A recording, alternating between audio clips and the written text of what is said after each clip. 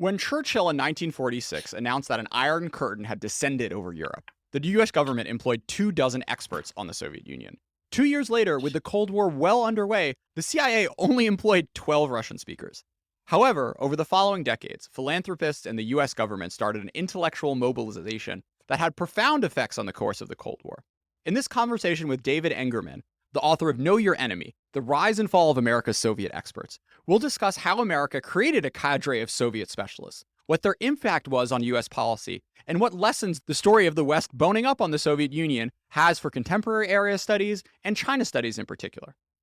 Today I have two co-hosts with me, Chris Miller, Tufts professor and David's old PhD student, as well as Sam George, who just finished up a master's in East Asia Studies at Stanford. Welcome everyone to China Talk. So David, what was the state of play pre-World War II, and how did area studies impact the course of how America conducted that war? So one of the biggest figures in Russia studies in the interwar period was a guy named Samuel Harper, who was the son of the founding president of the University of Chicago. And he wrote in the 20s that Russian studies was a small field comprised solely of freaks and nuts, I think was his direct quote. And by that, he had himself very much included. There were a handful of Russia experts, by which I'd mean people who were trained and paid to analyze Russia for American audiences. But they were dispersed, disagreeing, in some cases quite disagreeable, and as likely to work in journalism as they were in universities. So there was not a lot to mobilize when World War II came about. There were a number of efforts to build language training programs that actually dated back before the war and became a big part of language training during the war, trying to train soldiers and sailors for liaison with the Soviets or actually for occupying forces as well. But there wasn't really a field of Russian studies until after the end of World War II. So, okay, World War II, we had a little time of being not allies with the Soviet Union, then we became allies with the Soviet Union, and then afterwards we're back to, the Cold War kicks off. How does the conversation around Soviet studies and its importance to America's future change after the Cold War starts to heat up? During World War II, Soviet studies was wrapped up in conversations about other area studies, right? So when they're looking uh, to kind of map the vast terrain of American ignorance of the rest of the world, um, then you're like not just talking about Russia, you're talking about Asia, and especially the fronts in Southeast Asia. You're talking about China, you're talking about, for that matter, Europe. There's no formal kind of European studies at this point either, although of course it's obviously a touchstone for a lot of American academic work. So all of this is considered, I would say, it's kind of building up an area studies complex in which Russia was just one element. It would become the most important element only after World War II, just for the reasons you suggest, as it becomes clear that the Soviet Union will be an adversary on a kind of global scale, which is something that emerges between 1945 and 1947. This has actually a really big impact in the early years of area studies. The war does, and I would say the war has an impact on two counts. One is that there's a sort of attitude of total mobilization, right? You're not asking a lot of questions about, say, political pasts. And so a number of the early folks involved in Russian studies, some of them were card-carrying members of the Communist Party, as you would say, but more of them, but most of them were not. Many of them had been connected to one or another kind of left New Deal cause over the course of the 1930s and into the 40s. So this attitude of total mobilization actually carries over strikingly into early Cold War Soviet studies. And the second is that the original programs were set up not only to know your enemy. I mean, the title of the book is in some sense half ironic, that it was about knowing a sort of uncomfortable ally as much as it was knowing an enemy. And so when Columbia set up the first university-based Russian studies program, now the Harriman Institute, which was set up in 1946, they expected to have business people send their rising executives to get MAs in Russian studies so that they'd be prepared to do business with Russia. So far as I know, there was only one person who actually did that from Pan Am Airlines. And he was, I think, far too early to be able to use his Russian language skills in Pan Am flights to Moscow. Um, but it was just a different environment. It was set up, I guess, on different premises than we think of the kind of know your enemy element. But David, can you talk then about the transition from this period in the 1950s where you have individual research contracts that are defining government relations with the field? What's the next phase in the late 50s into the 60s, and how do things change at that point? Well, the next phase for the government, in terms of the government, is the National Defense Education Act. For anyone who's ever received a National Direct Student Loan (NDSL), this was actually something that comes out of an American response to Sputnik, the Soviet launch of a satellite in October 1957. And the idea with National Defense Education Act was to double down on science education, but also to double down on area studies. And so it provided FLAS grants, foreign language and area studies grants to graduate students. It set up the infrastructure that supported a large number of area studies centers for decades. So in the initial moment with these government research programs, they took place almost exclusively at Harvard, Columbia. But the Department of Education, at that point, Office of Education funding for the area studies programs are really what allowed places like Berkeley, Wisconsin, Indiana, Michigan. They really built up their area studies programs, became truly international and global institutions because of the government money. Now, the government only provided some of it, but they required matching funds, and so that essentially doubled any grant that they would receive. Those grants provided undergraduate, so bonuses for undergraduate education, for outreach into the community, and also for graduate training. And it just built up an infrastructure for language training as well. So foreign language enrollments doubled between 1958 and 62. In university level, foreign language enrollments doubled. And so study of Russian doubled, but so did the study of Spanish. It wasn't only about knowing one's enemy, it was actually about knowing the world writ large. I don't think they could have done it if there hadn't been these kind of um, inklings of a field coming into being out of places like Harvard and Columbia. But they could really leverage their funds to create a national enterprise. So, as the US tried, not exactly from scratch, but sort of from scratch to build up this infrastructure, it relied a lot on emigres from Russia or from the region who spoke Russia. Can you talk about how that influenced the early stages of the Russian studies field, both the emigres and also emigres from other parts of the Russian Empire who might not have had the most positive view of Russia? Say Poland, for instance, which we'll come to at the end of this. Well, I mean, it's important to note actually that there were in the very earliest stages, these programs avoided having emigres. They felt they couldn't be objective about it. I actually remember hearing a story from the very distinguished historian at Berkeley, Nicholas Ryasanovsky, who when he was hired, which I think was in 1955, hired at Berkeley, his department chair uh, pulled him to the office once he arrived, and his welcome was to say, I voted against your appointment because I don't think Russians can be objective about their own history.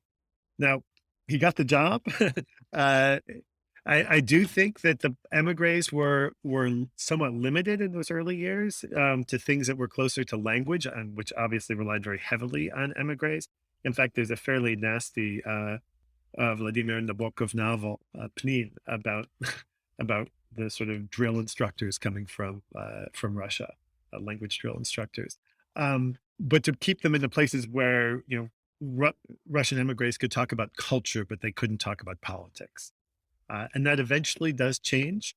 I don't think there's any one kind of moment when it changes, but you do see two Polish emigres make their way into the field fairly quickly, both of whom have staunchly anti-Soviet positions. Richard Pipes, who spent his career at Harvard, except for 2 years at the Reagan White House, and Zbigniew Brzezinski, who shuttles for a little while between Harvard and Columbia before going down to the Trilateral Commission and then ultimately to Washington. But in the very first years, they were very careful. The field's kind of waspy fathers were very careful about to keep some distance from emigres. Can we stay on the question of infrastructure for another second? So materials collection when you're researching a communist regime is not particularly one that's not super friendly to the U.S. has been a challenge in the Soviet era and is an increasingly a challenge today. How did Soviet scholars over time think about getting data and newspapers and sort of the raw inputs aside from just books in order for them to do the analysis?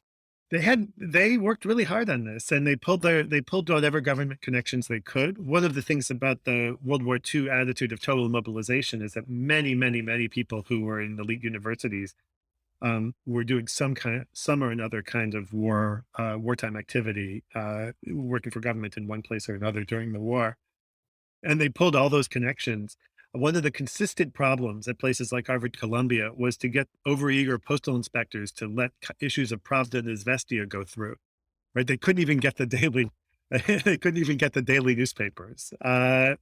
So some of it was, through politics. Some of it was kind of finding end arounds. In some cases, it was in actually building a new infrastructure. So they create the current digest of the Soviet press, which still exists as current. I think it's still called Current Digest of the Post-Soviet Press. Is that right, Chris? I forget, something like that. Yeah. Yeah.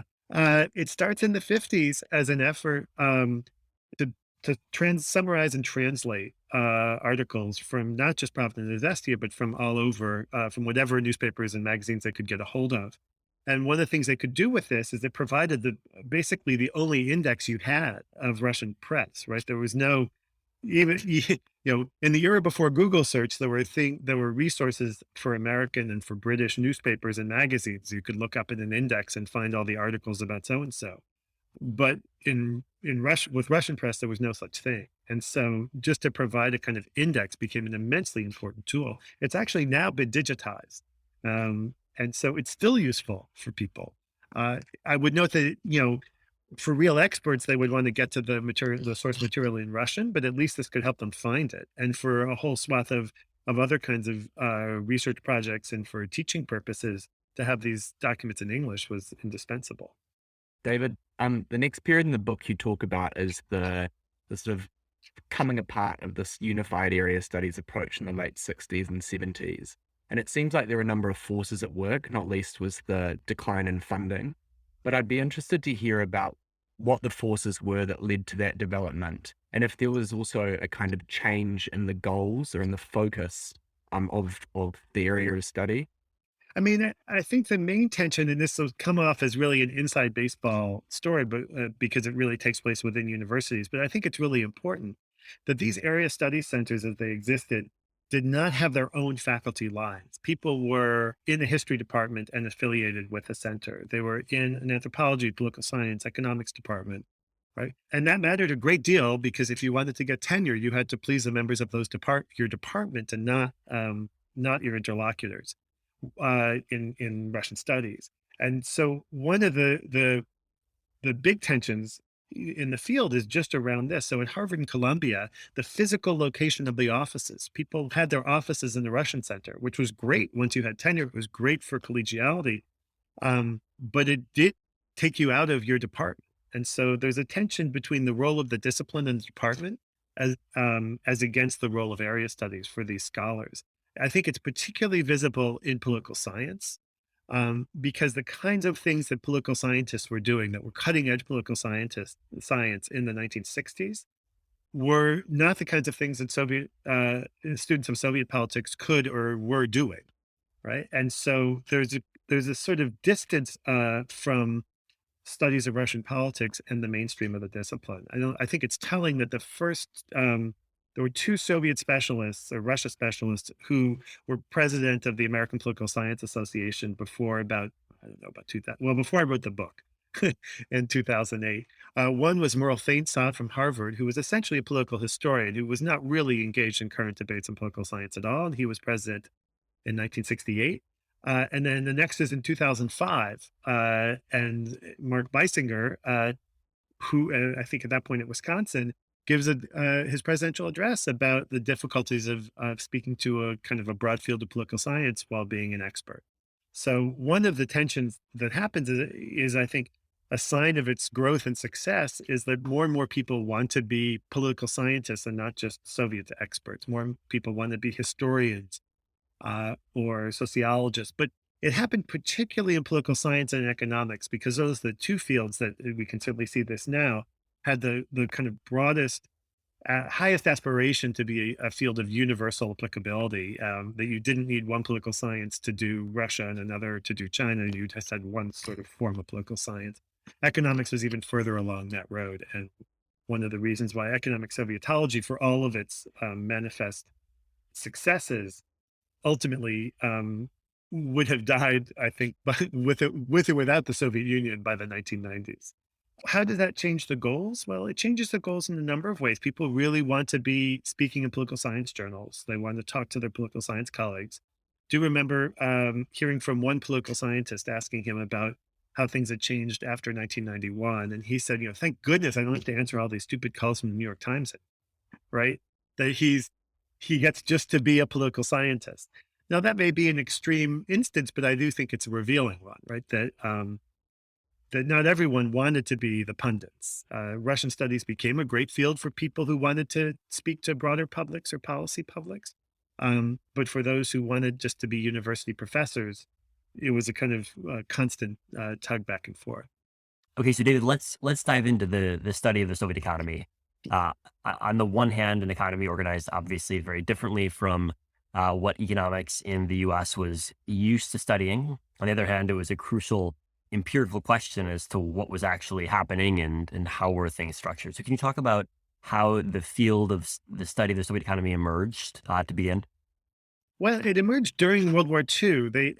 The first place you can see a debate, the debate I mentioned in the 60s between discipline and area, took place actually at the OSS, the Office of Strategic Services, which is a forerunner to the CIA in that it was a civilian intelligence agency.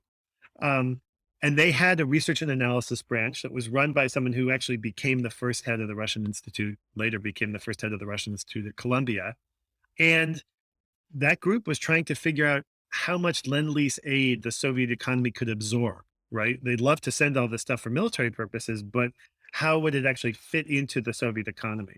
And so they had a lot of people poring over these reports, planning documents, et cetera, just trying to develop some minimally quantitative sketch of what the Soviet economy looked like.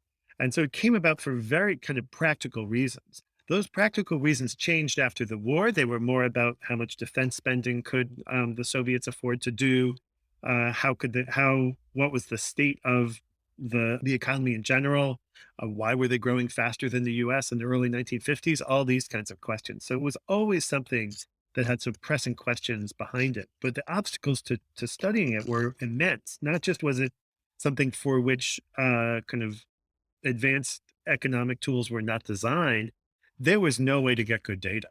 The data were, some people say the data were straight up manufactured. At the very least, they were very, very heavily massaged. They would change the criteria every few years so the numbers would keep looking good. All kinds of shenanigans about it. And how you can sort of read those data and reach some kind of sense of how big the Soviet economy is, how it's handling a trade-off between guns and butter. These were core questions that took a lot of smart people decades to really get a handle on. So in terms of the successes of the field, they have these massive data problems, and yet they made some strides to putting quantitative estimates on the field on the scope of the Soviet economy. Can you describe the extent to which the results were impressive? Were they disappointing? How would you assess the successes of the field?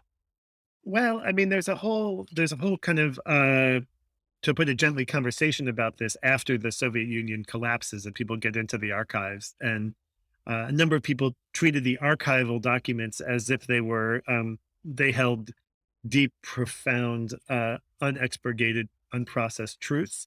But in fact, they were also part of the problem. And those, I think, there was a tendency, I think, they would show to overestimate the Soviet levels of production and prosperity. That said, they got a tremendous amount right. They were really pretty close to right about the sort of the overall shape and the kinds of economic decisions Soviet leaders had to make.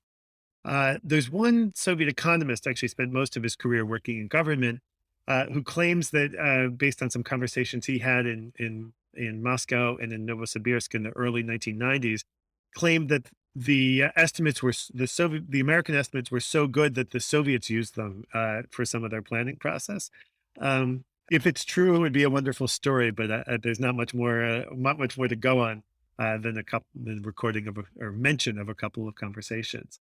That said, there were definitely tremendous failures. I mean, the failure to predict the decline of the demise of the Soviet Union is something that weighs on the field pretty heavily, and got the field enmeshed in quite a bit of controversy, both in Washington and among scholars for the half decade or so after 91. Although that failure was more a failure of the analysts of the political system than the analysts of the economy per se, right? Like if you look at projections of Soviet GDP growth from 1975, they'll show you, stagnant growth or slowing growth Yep. between then and 1985 or whatever. It's just the dissolution that no one predicted, which is the political analyst's fault more than the economist's fault. Says the economic historian. Exactly. But I also think that the question what was framed at the time as an economic question, although you're right that it's ultimately political. I mean, the economic question is how little can you provide for your people without risking overthrow, right? I personally take the view that the kind of fracturing of the Soviet Union along nationalist lines tends to overstate the effect of nationality or what we would call ethnicity uh, in the demise of the Soviet Union. I think it explains the way that it fractured, but not the pressure that was on the Soviet Union. That pressure was ultimately economic, but there's no economic number that becomes absolute, right? It really is a political decision on how to act on it. So you're right, and yet the fact that the figures were a little overestimated meant that there was, I think, some misunderstanding. It's easier to misunderstand the kind of political stakes in the 80s, excuse me. The other, I think, interesting facet of the Soviet economic subfield is the extent to which its conclusions didn't feed into other aspects of the Soviet studies field or public debate in general. There's the famous anecdote of Paul Samuelson every 5 years in his economics textbook changing the date at which the Soviet economy would overtake the U.S. economy. And that was not just him, that was a popular view. And by the 70s or so, that was not the view supported by the subfield of people studying the Soviet economy. But that was never really updated in the American thinking writ large. Yeah, well, it was a field that was really recondite and obscure, right? They had to have excellent knowledge of Russian and of the Russian economy and of economic analysis, and not just all of those, but the kind of combination of those to know the kind of wacky Russian, or like wacky by American standards, Russian system of categorizing. Right. So it was a field that had gained such expertise that they lost the ability, so much expertise that they lost the ability to talk to anyone who didn't have it. Or everyone else just didn't feel like listening because it was too much work. I mean, you could put the blame on both sides, right, David?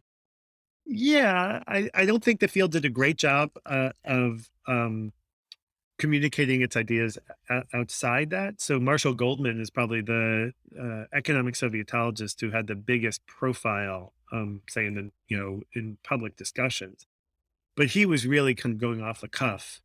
I mean, it was based on his years of expertise and reflecting the writings of the field, but he wasn't actually using systematic conclusions and the kinds of things he was telling journalists. I will say I coming back to contemporary stuff for a second, like China growth slowing over time is also, you see very similar dynamics today among China watchers and my colleagues at Rhodium who've been very focused on the sort of long-term challenges to Chinese growth. And the fact that conversation hasn't really, bled out into the broader discussion feels very, you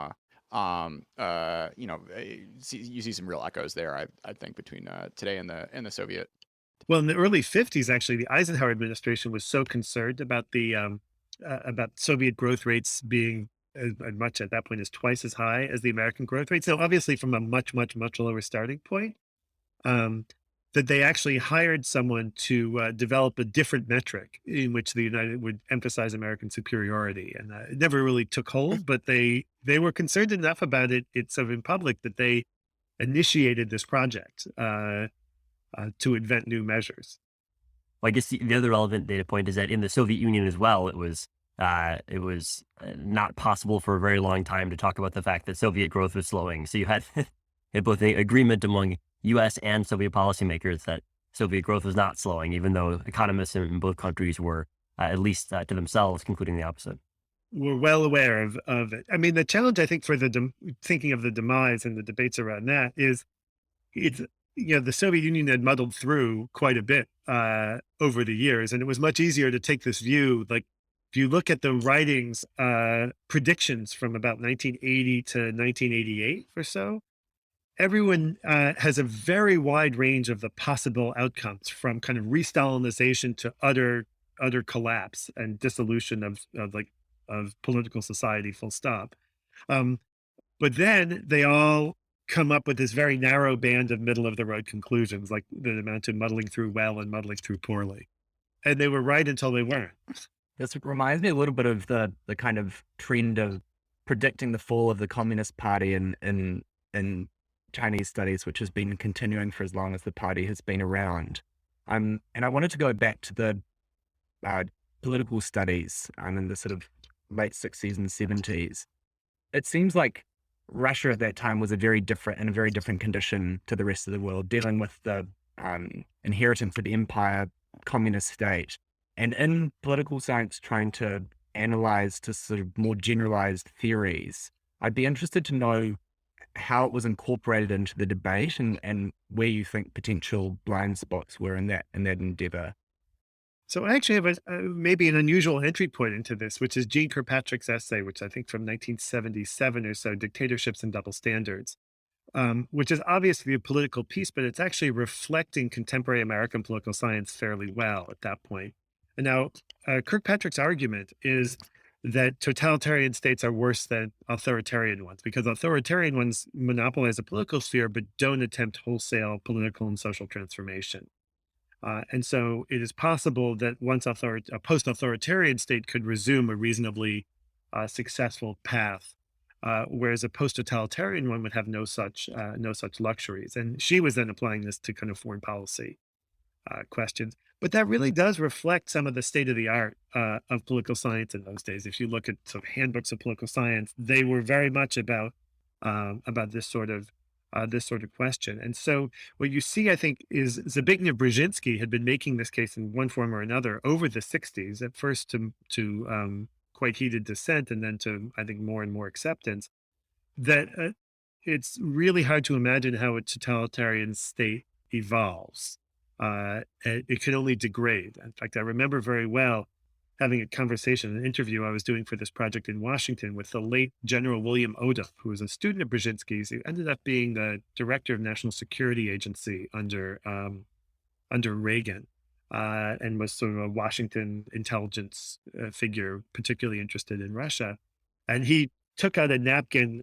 Unfortunately, it was actually a cloth napkin at this particular restaurant. He drew all over it of what can happen to a totalitarian society, and it's basically there's no kind of smooth path for it. It undergoes sort of utter collapse, and so I think that was part of the assumption, right? I'd also say that in any given year, the bet that a society will continue to exist in more or less the same form is actually the following year is actually a pretty good bet. It was right for the Soviet Union for, Soviet Union proper in 1924 until 1990. That was a good bet until it wasn't. One thing I think we should address is the impact of, I guess, the late 60s moment intellectually in the United States on the field, both the protests of 68, the Vietnam War, and just the general shift in American culture and intellectual life. How did that impact the Soviet studies field? I think it did in a number of ways. First and foremost, as you alluded to earlier, is funding. The Ford Foundation, about 1967, decides to sharply reorient its funding away from international studies taking place at American universities into two different directions: building up university capacity overseas directly, rather than having Americans who would study it, build up intellectual capacity there, and then in kind of belated response to the long hot summers of the 1960s, uh, going in deep on urban studies, African American studies, not only as scholarly enterprises, but as kind of practical efforts. And so it really changed its mission. You had this great quote I want to read where Richard Pipes, a scholar turned Reagan appointee, makes the pitch to the president of Ford Foundation in the late 60s. And the guy says, "Man, we support all kinds of studies: black studies, white studies, brown studies, studies in scarlet, rural studies, urban studies, but Russian studies? Don't you think that's a bit passe? Poor Russian studies." Yeah, he gave that as a toast. It's a fake conversation, an imagined conversation, but not an entirely inaccurate one, as historians of the Ford Foundation would attest.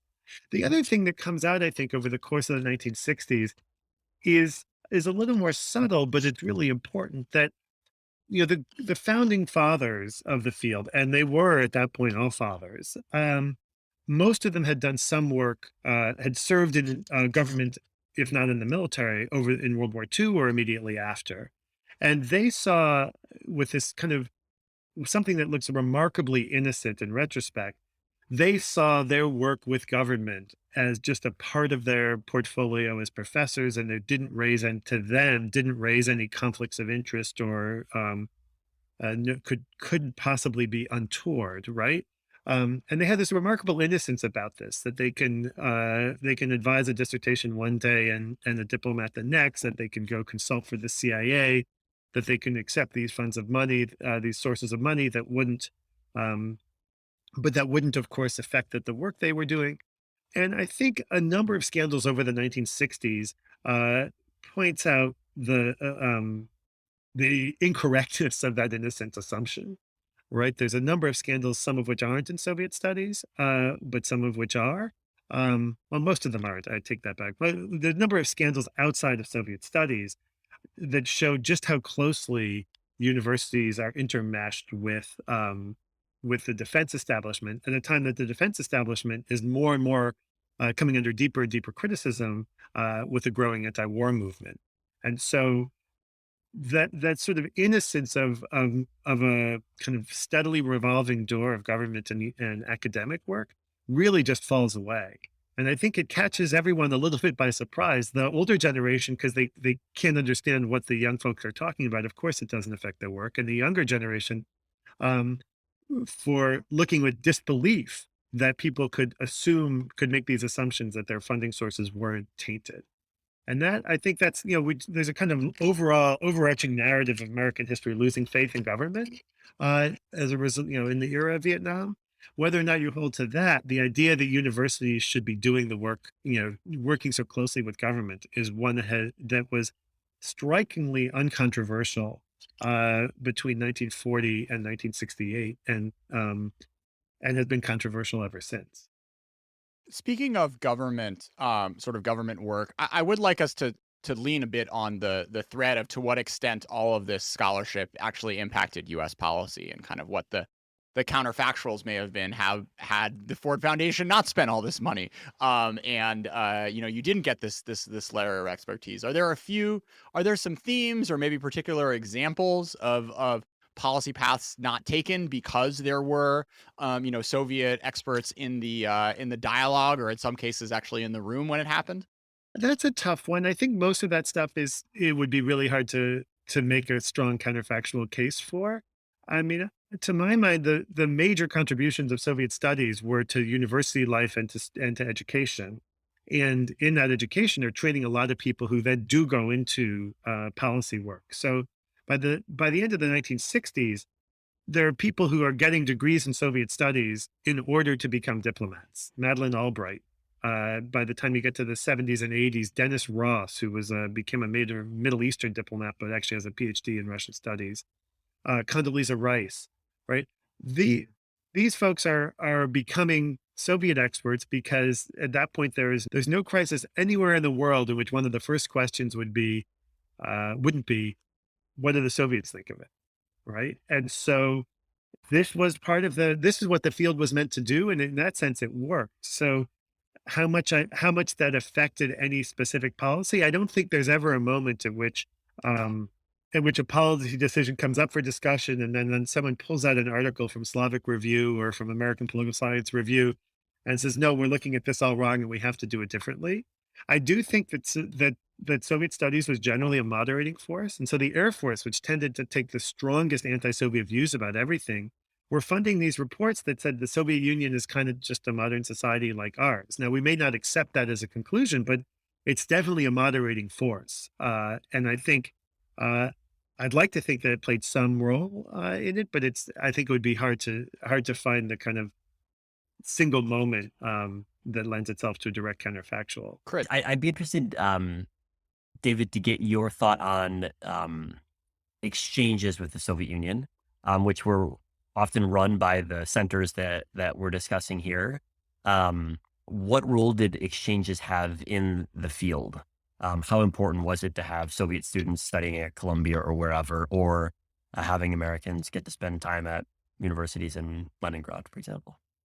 That's a good question. In some ways, from the field question, what Soviets were doing in the United States mattered much less, because the Soviet Union's on all these academic exchanges sent predominantly laboratory scientists and engineers, and so there were very few people. There are a couple of instances of people who rise up in the Soviet state or party, who have done these American exchanges. But for the most part, the Soviet studies element of it is really with Americans going over.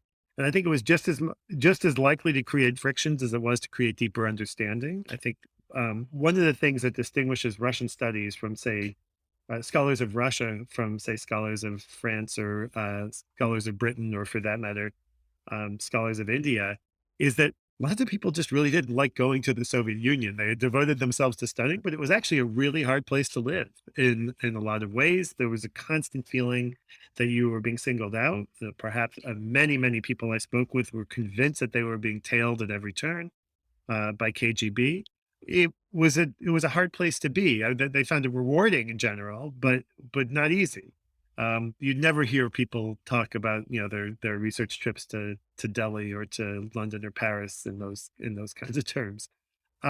So and they created a lot of tensions. A number of times they were, I'd say, reflecting tensions, so that exchange scholars would get picked up one way or another and enmeshed in geopolitical disputes that meant their expulsion. I do think that one of the lasting ways impact it had was kind of cultural. One of the people I follow in the book is a Berkeley professor of literature, Gleb Struve, whose father was actually a very distinguished liberal politician in the last days of the Russian Empire, who used the exchanges. He never went himself, but he sent his students on tasks to connect the Russian culture and emigration to the Russian culture within the Soviet Union, which created a number of scandals, but also, I think, played a meaningful role, though that's not the kind of thing that you're necessarily looking for. For historians, especially, the exchanges gave them more chance to actually be more like other people in their discipline who were going into archives rather than just reading published materials. And so I think it inadvertently furthered the kind of turn to discipline and department in the 1960s and 70s. But it also built tensions, I'd say, it's a site where you can observe the tensions emerging between American universities and American government. When the American government was involved at every stage, at least in some stages, in each of these exchange programs, from fairly blunt efforts to bring the CIA sometimes to sort of debrief exchange scholars, to just a more general sense, the more we can learn about the society, the better. David, I do want to come back to the sort of impact on politics stuff. In particular, I think the sort of Robert Conquest Pipes argumentation seems to be able to tie reasonably straight line between that and kind of how the Reagan administration viewed the world. What were they getting on about? What were and pushing back against in the other that was going around with other scholars of that era, and how did their views, if at all, shape how the Reagan administration played out the final years of the Cold War? Well, it depends if you think that Pipes was hired to change the ideas in the Reagan administration, or Pipes was hired because he reflected the ideas of the Reagan Sure. administration. I'm more inclined to the latter. That there's a line from an anthropologist in the 1940s who says that government uses scholars like a drunk uses a lamppost for support rather than illumination. And I think that there's a way in which that's true. I mean, Pipes is publishing these ideas and he's getting more and more kind of vocal in his critique after 1968 or so. And I mean, uh, Pipes' animosity toward the Soviet Union became more and more clear after 1968. He was one of the Polish emigres that Chris and I were talking about earlier.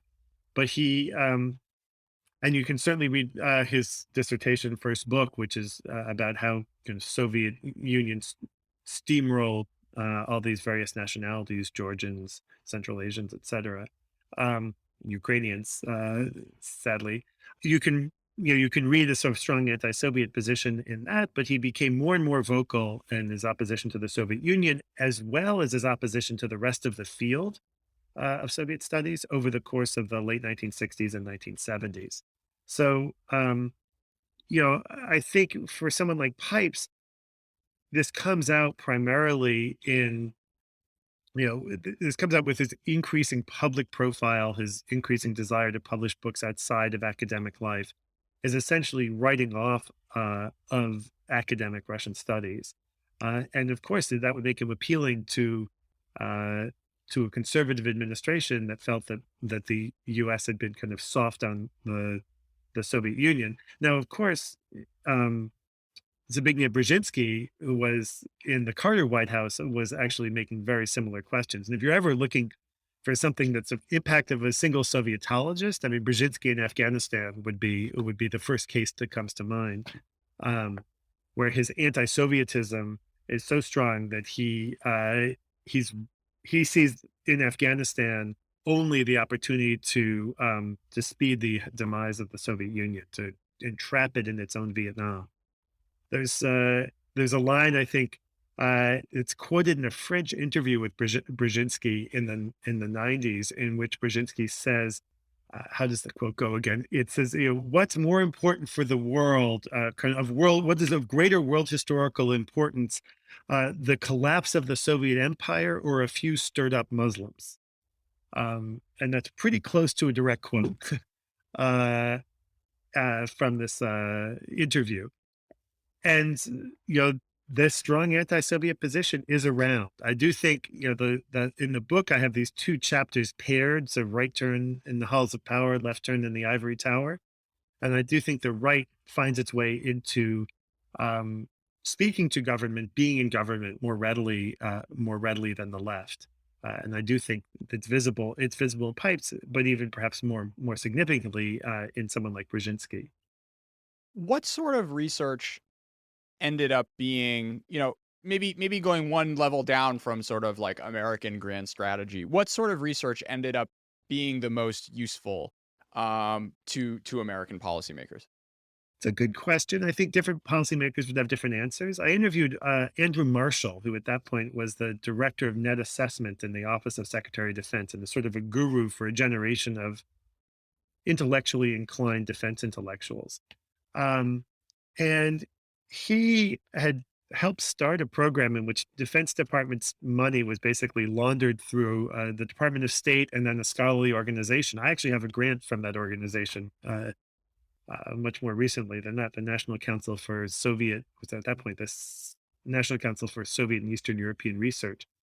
And I asked him which studies were most useful, and he said, the people who were trying to be relevant weren't all that helpful because we actually had people at the Defense Department and intelligence agencies who knew the ins and outs of Soviet factories, who knew the ins and outs of the Soviet military, right? What he found useful were depictions of Soviet society, how people lived, uh, how they function day to day, how they viewed their neighbors, the United States, their own government, etc.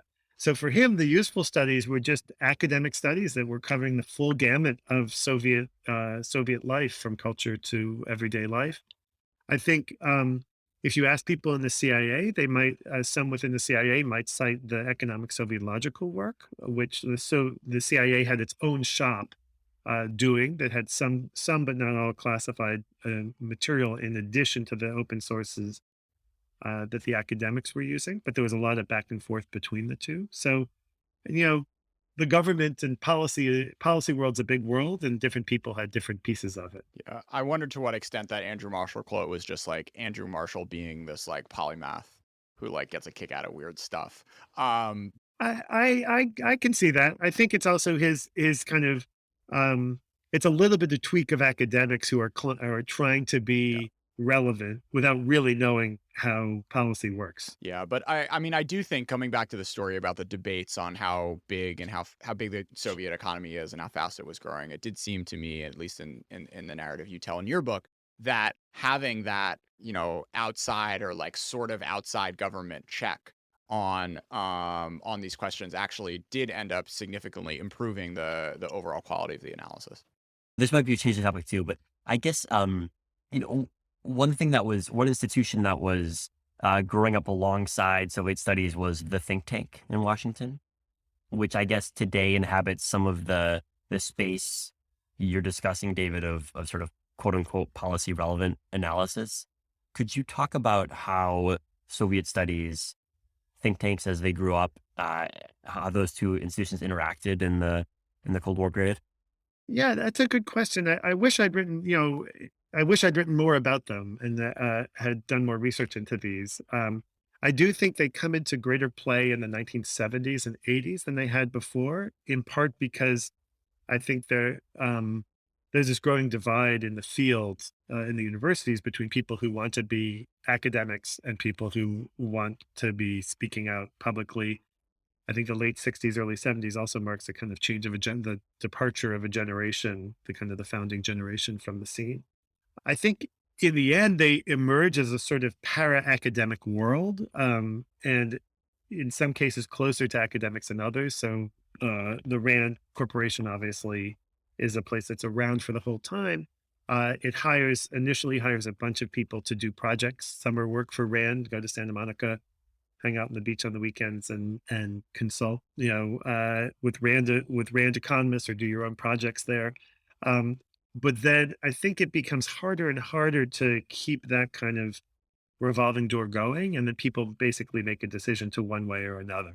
By the 1980s, at least, RAND is actually running a PhD program jointly with UCLA and Soviet Foreign Policy Studies, right? So they're building up this kind of para-academic network around it that is more interested in foreign affairs magazine, foreign policy magazine, and any newspaper they can get quoted in, as well as in policy discussions at the staff level, than they are in any academic work. So I think the field kind of divides, and there's always exceptions of people who manage to do that, have that career from within the university, but more and more the think tanks are the place for it.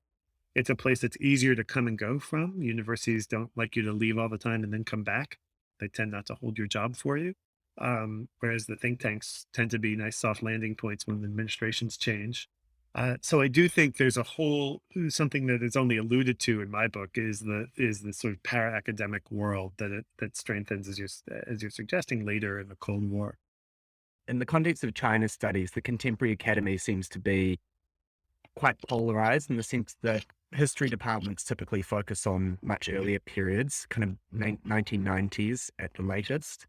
And then political science departments seem more and more preoccupied by proving or disproving propositions that use data. And I've spoken to a lot of, statistical methods rather. I've spoken to a lot of quite senior professors in those departments who came of tenure at a slightly different time in the field. And they are expressing concern really that this is sort of going more and more further and further away from being able to contribute meaningfully to public discourse. And so given all the work you've done and thinking you've done about this era, I'd be interested to hear where you think the kind of educational function should sit to educate people who might go out into the think tank world, who might engage in public intellectual discourse, where that should be and who should be doing it.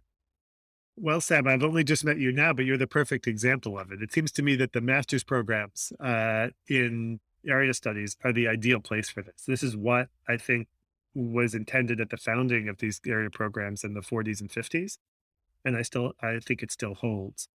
I think, there's an old joke that the dividing line between history and political science is that if the professor remembers something happening, it has to be political science. And if the professor doesn't remember it happening, it must be history. By which point there's more and more history, at least for me, and more and more political science for me in recent years. Um, I think asking historians to work in the very recent past is hard, not just because we're kind of predisposed to antiquarianism, although maybe that's also the case, but because the way of being a historian is to use kinds of sources that generally aren't available in the immediate past. So it's asking historians to sort of renounce some of the principal tenets of their discipline. Um, I think, and political science, I think you're exactly right, is moving more and more into this world that's becoming much more like economics, where it has very rigorous definitions of causation and is really determined to enact them. I think it's quite impressive in a lot of ways what they're able to accomplish, but you're right that it comes at a cost. They're getting, I think there are even some within the field who say they're getting more and more finely tuned answers to smaller and smaller questions. Uh, and I think there's a trade-off in that. The other place I think I'd look is actually, well, it appears on my screen immediately to your left, which is Chris Miller at a policy school, right? The policy schools are places that do allow more autonomy. Chris can probably speak better to the tensions he faces within it, but the fact is that they are more willing to take political scientists who are not data driven or solely data driven, and they're more willing to take historians, willing to move in more recent periods and use different kinds of sources. So those seem to me, that right in this conversation, I think we see two of the answers for it. But if you're asking the question, obviously, even in spite of the existence of policy schools for Chris and master's programs for you, then it's clear that they're not doing enough. Yeah, I think, and it might be unique to the case of China and the case of the Soviet Union, but it seems like there's a lot of profit to be gained from engaging very closely with actually studying the party and taking the party seriously, taking what the party says seriously. And one example would be Deng Xiaoping's reforms. The overwhelming emphasis was on kind of opening, but the real opening was only economic. There was really quite strong indications that the political tightening would continue. And of course it did really. And so if you're in an area studies program, I think there's little room to kind of continue your studies in that vein without sort of entering or totally committing to a particular discipline. So yeah, maybe Chris, I'd be interested to hear about your experience in that regard. Could I actually ask a question of David that picks up exactly on that, which is that you mentioned the party, and the party is obviously super important in understanding the Soviet Union, and insofar as we want to make comparisons to the China field today, also super important in understanding China. And I guess that's a place where it made sense to a substantial degree to have a field focused on the Soviet Union on its own, because it had this institution that was quite different from how most, not all, but most other political systems organized itself. And the party was of overwhelming importance, not solely important, but of overwhelming importance in politics and economics and all the different subfields we can discuss. And so, David, I'd love to hear you talk about that, the study of the party and the study of sort of a Leninist state, and ways in which that fell out of fashion, and I guess the pros and cons of it having fallen out of fashion in Russian Soviet studies, and maybe parallels for China today. And I ask that as thinking back to when I started studying the Soviet Union, the hardest thing to get my head around was who are these different committees and how do they all fit together? And I wish I'd taken a civics class in Soviet politics, which had been offered, I think, since 1965 at Columbia. But that is sort of the hardest thing to get your head around, is how does actually the party state function? Yeah, I mean, I give you two reasons, two part dangers of it, or unfortunate outcomes, which are people who are studying the party, world experts on the party, or even worse, just emerging as experts in the party in 1991 and 92. So I have one classmate from undergrad who was most of the way done with his dissertation on inter-party communications in 1991, and he just went to law school. I actually was just looking up someone who now teaches at Georgetown, does a lot of work on prisons, but was trained in a very kind of internal party topic and just completely abandoned it. So I think there's a, it's those kinds of institutions that seem timeless until they disappear that are a little bit higher risk. I do think that for the reasons that you've both laid out, they're absolutely central importance, and learning how they operate um, is crucial. I think the my fear is that that we moved away from a kind of descriptive political history, both within history field and within political science, that leaves that sort of stuff out. So in the Soviet field, even in the 70s and 80s, you could still read the classics of the 1950s, especially like Smolensk under Soviet rule or how Russia is ruled, and get something from it, right? In some cases, you'd have to filter more out, but you could really get that understanding. I don't think it would be impossible for someone to write that book, right? I think if you're writing that book from within a political science department or a history department, you're probably best off having tenure. Um, on the other hand, I also feel actually that just as the natural history, the natural progression of an academic career, that's probably not a good first book anyway. Um, but I do think there's that possibility open to people to do it. I think in policy schools is another place where you can really see it. For case-oriented policy schools like the Kennedy School, it would make a great case to write, all right, to show just very different ways of organizing institutions, and social functions that are more or less similar, but operate on very different, institutional bases. So as to why there isn't one, I think the incentives aren't completely aligned to it, but I don't think the incentives are so misaligned that it would be impossible to imagine someone.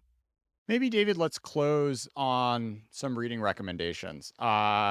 You went through an enormous amount of scholarship, of 20th century scholarship, looking at the Soviet Union, with in the course of writing this book. I'm curious if you can pick a handful of books or articles or essays, which you think capture some sort of like jingchen. I don't know, like some like the kind of like spirit, which you would hope that today's folks looking at contemporary China and the CCP might want to think about being inspired by, as they tackle the challenges inherent in understanding contemporary China. Huh. It's a good question. Let me think. I guess I have a bunch of each of which illustrate one kind of corner of the field at one particular moment. The first one's actually not by an academic, or not by not by an American. He occasionally taught in British universities. Isaac Deutscher's one-volume biography of Stalin. And what's interesting is it's a partisan history. Deutscher is a Polish Trotskyite, so the American Poles like Brzezinski and Pipes were anti-Soviet. Deutscher represents a different perspective, but it's the kind of prime example of the best sort of partisan history. He's very clear on his position on things, and yet writes a compelling and indeed moving account. In the 50s, the one I would use would, in kind of more mainstream terms, would be a book I already mentioned, Merle Feinsad's Smolensk Under Soviet Rule.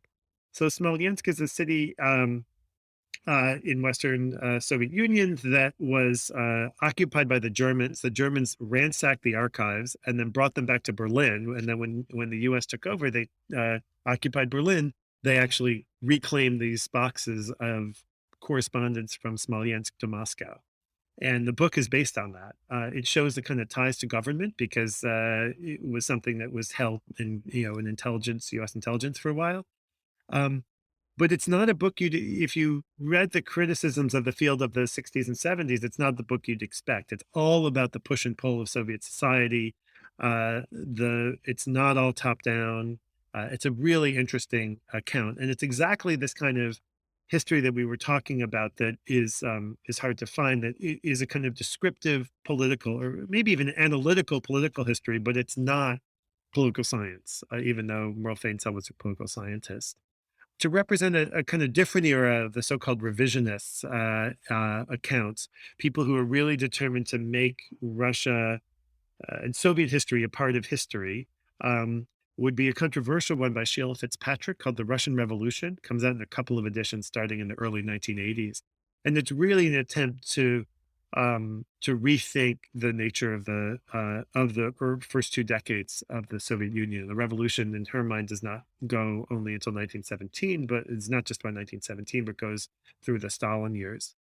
A book I would use for almost ironic purposes of a different sort is Laura Engelstein's Keys to Happiness, which was published in 1991, just as the Soviet Union collapses.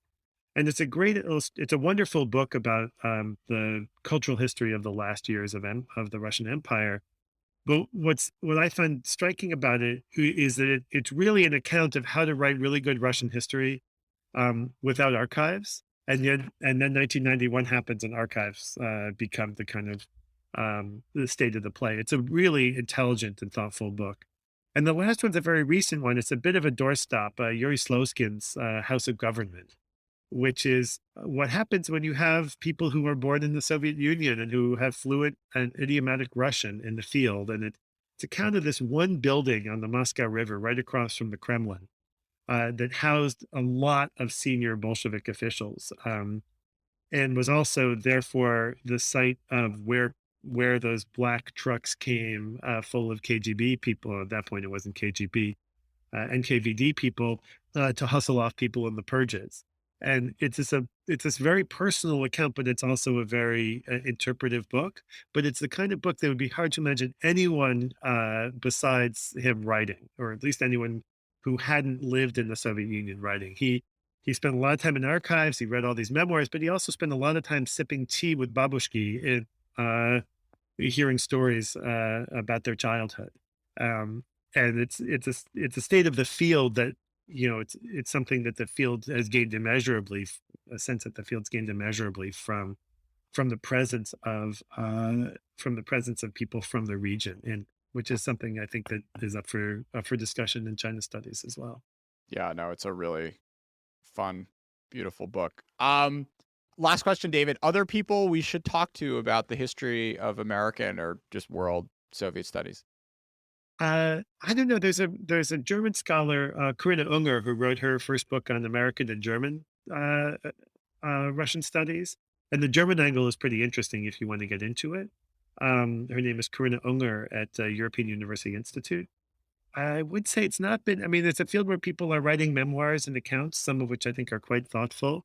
Although my general thought from having spoken with a lot of people and writing Know Your Enemy was that people don't like to be historicized. And for some reason, historians perhaps like it even less than others to be understood in a kind of broader historical context. It's a bit hypocritical.